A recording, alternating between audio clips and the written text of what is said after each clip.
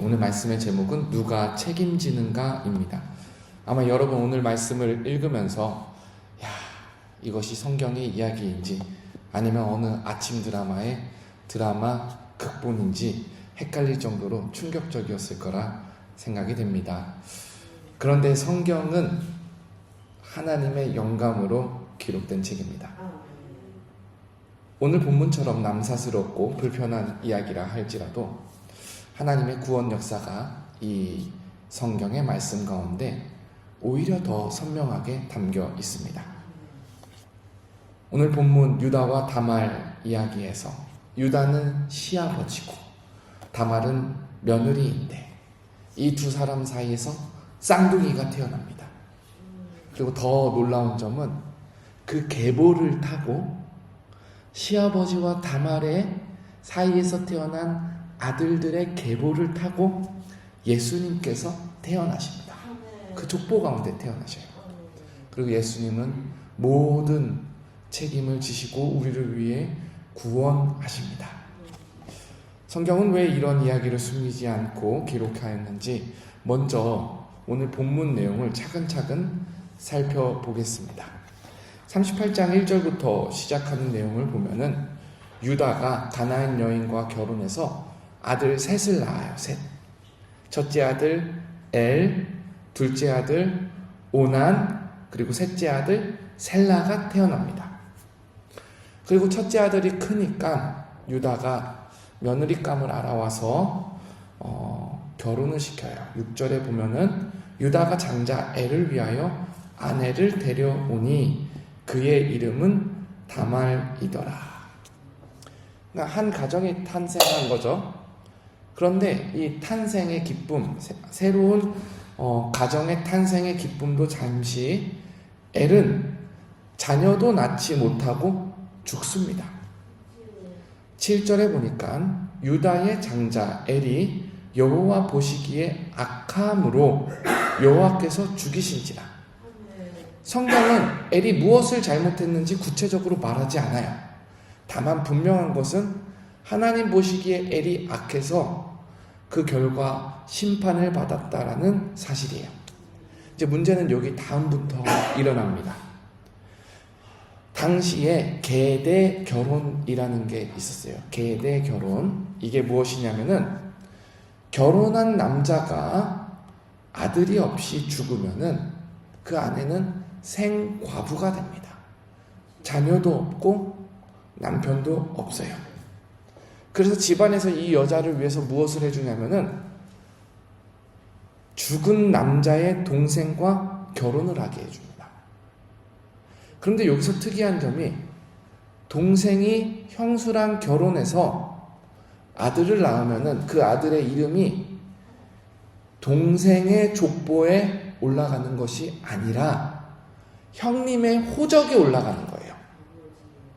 그리고 동생은 평생 동안 형님의 호적에 올라간 아들과 형수의 먹거리를 책임지면서 보호해줘야 되는 거예요.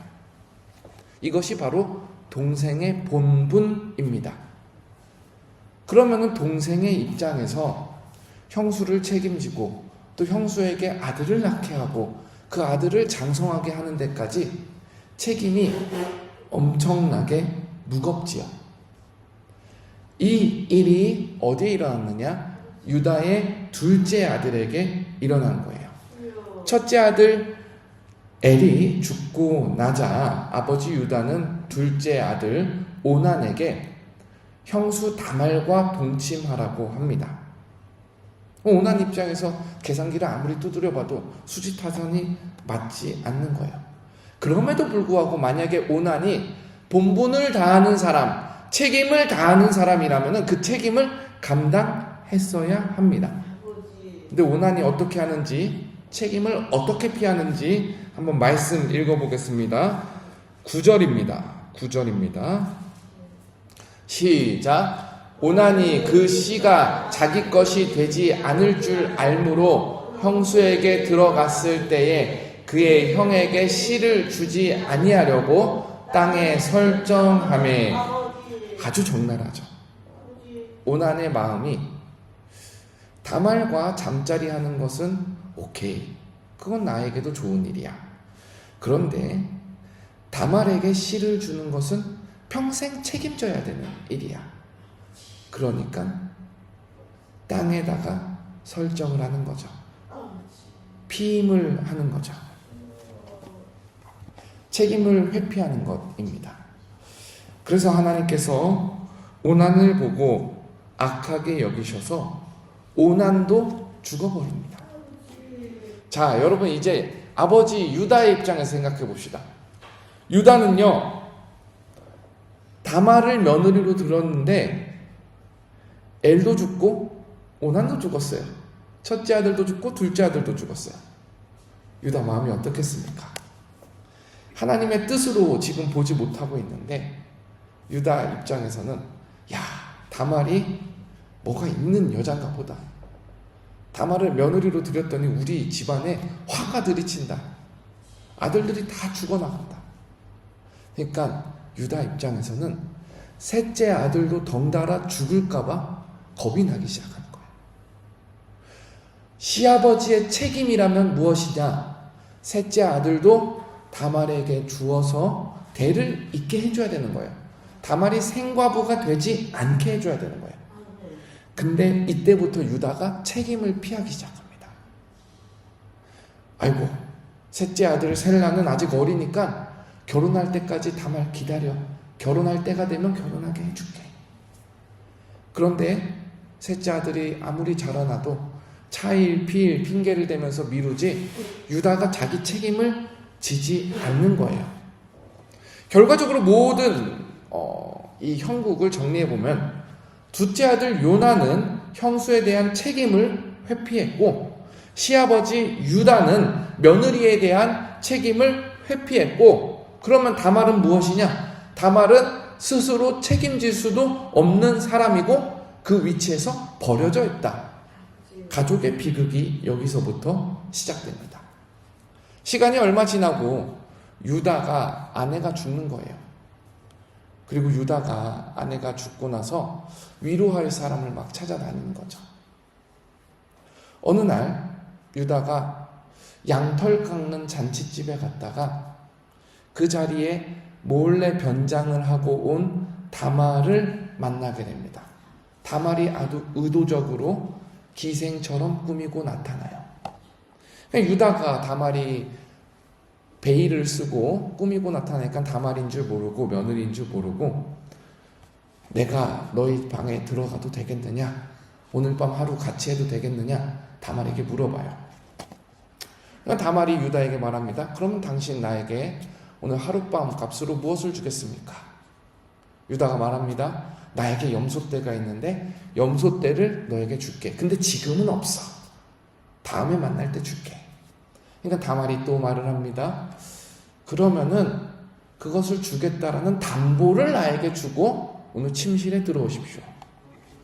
그래서 유다가 담보물을 주는데 도장과 끈과 지팡이, 개인 소지품을 다말에게 맡기는 거예요. 그리고 그날 밤에 다말과 잠을 잤는데 다말이 그때 임신을 해버립니다. 며느리가 그때 임신을 해버려요. 다음날 유다가 이제 염소를 주려고 사람을 보냈는데 다말을 찾을 수 없는 거예요. 애초에 그 동네에 기생이 없었던 거죠. 그리고 다말은 이제 꽁꽁 숨어있죠. 그리고 3달이 지납니다. 배가 불러오고 임신한 소문이 동네에 퍼지기 시작해요. 사람들이 유다에게 와서 말을 합니다. 당신 며느리, 과부 며느리 다말이 임신했어. 이거 어쩔 거야? 유다가 화가 나서 말을 합니다. 그 여자 끌어내서 불살라버려. 죽여야 돼. 그때 다말이 유다의 담보물, 유다의 소지품을 가지고 와서 시아버지한테 보여주는 거예요. 그때 유다가 뭐라고 했는지 우리 한번 말씀을 읽어보겠습니다. 38장 26절입니다. 시작!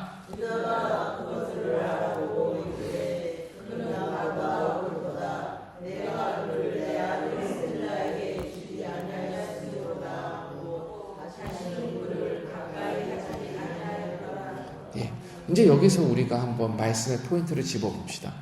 여러분, 왜 예수님은 이런 집안에서 태어나셨을까? 좀 번듯한 집안도 아니고 그 예수님의 족보 가운데 유다와 다말의 이야기가 고스란히 나와요. 또 왜 하나님은 야곱에게 시므온도 있고 르우벤도 있고 시므온도 있고 레위도 있고 첫째 아들, 둘째 아들, 셋째 아들도 있는데 유다 넷째 아들을 통해서 왕의 계승을 잇도록 하셨을까? 왕권을 주셨을까? 왜 첫째 아들이 아니고 넷째 아들까지 내려왔을까? 우리는 여기서 한번 생각해 볼 필요가 있습니다. 첫 번째로 왜 이런 집안인가? 이런 집안인 것을 보여주는 것은 우리의 본질적인 태도를 보여줍니다. 모든 사람은 책임을 싫어합니다. 책임을 좋아하는 사람이 없어요. 근데 그 책임이라는 게 혹시 자기 죄에 관한 책임이라면은 더욱더 회피하려고 합니다. 유다는 책임을 지지 않았어요. 오난도 책임을 지지 않았어요. 다말은 스스로 책임질 능력도 없어요. 그러니까 이런 비극이 일어나는 거예요. 버려진 다말이 시아버지를 몰래 찾아가서 잠자리하는 비극이 이루어지는 거예요. 근데 여기서 두 번째 포인트가 있습니다. 우리가 할 수 있는 최선이라는 게 있어요. 오늘 26절에 보면 유다가 무엇을 말하죠? 그것들을 알아보고 이르되 다말은 나보다 옳도다. 다말이 잘했다라는 게 아니라 자기 자신이 잘못했다라고 뉘우치는 거예요. 자기 자신이 책임을 지지 않아서 이 일이 벌어졌다라고 다말을 감싸고 자기를 부인하는 것입니다. 이것이 유다가 아버지가 축복할 때 유다가 야곱으로부터 왕권을 이어받는 축복의 하나의 근거가 되는 것입니다. 그리고 세 번째로는 이러한 가정의 비극, 이러한 사람의 비극 가운데 예수님께서 길을 여신다는 거예요. 마태복음에 보면은 유다와 다말의 이야기가 고스란히 나타납니다. 예수님께서 무엇을 우리에게 말씀하실까요? 아무도 책임질 수 없는 가뭄, 아무도 책임질 수 없는 죄의 문제. 그러나 그것을 온전히 예수님께서 책임지시기 위해 이 땅 가운데 오셨다. 우리의 죄를 대신하여 우리의 죄를 책임지셔서 십자가를 지시기 위해 예수님께서 이 땅에 오셨다라는 사실입니다. 그렇기 때문에 구원의 길은 오직 한 가지로 귀결됩니다. 무엇이냐? 누구든지 나를 따라오려거든 자기를 부인하고 자기 십자가를 지고 나를 따라오라. 자기를 부인하는 것은 유다와 같은 일이에요. 하나님, 내가 스스로 책임질 수 없어서 이런 일이 벌어졌습니다. 하나님, 내가 다말이 그렇게 된 것은 나의 책임입니다. 자기 자신의 책임을 뉘우치고 자기 자신을 부정하고 주님을 따르는 길, 그것이 바로 오늘 이 새벽에 우리가 이 말씀 앞에서 주님을 바라보는 방법인 줄 믿습니다. 사랑하는 여러분, 십자가의 은혜는 먼저 나를 부인하는 데서부터 시작됩니다. 우리 함께 기도하시겠습니다.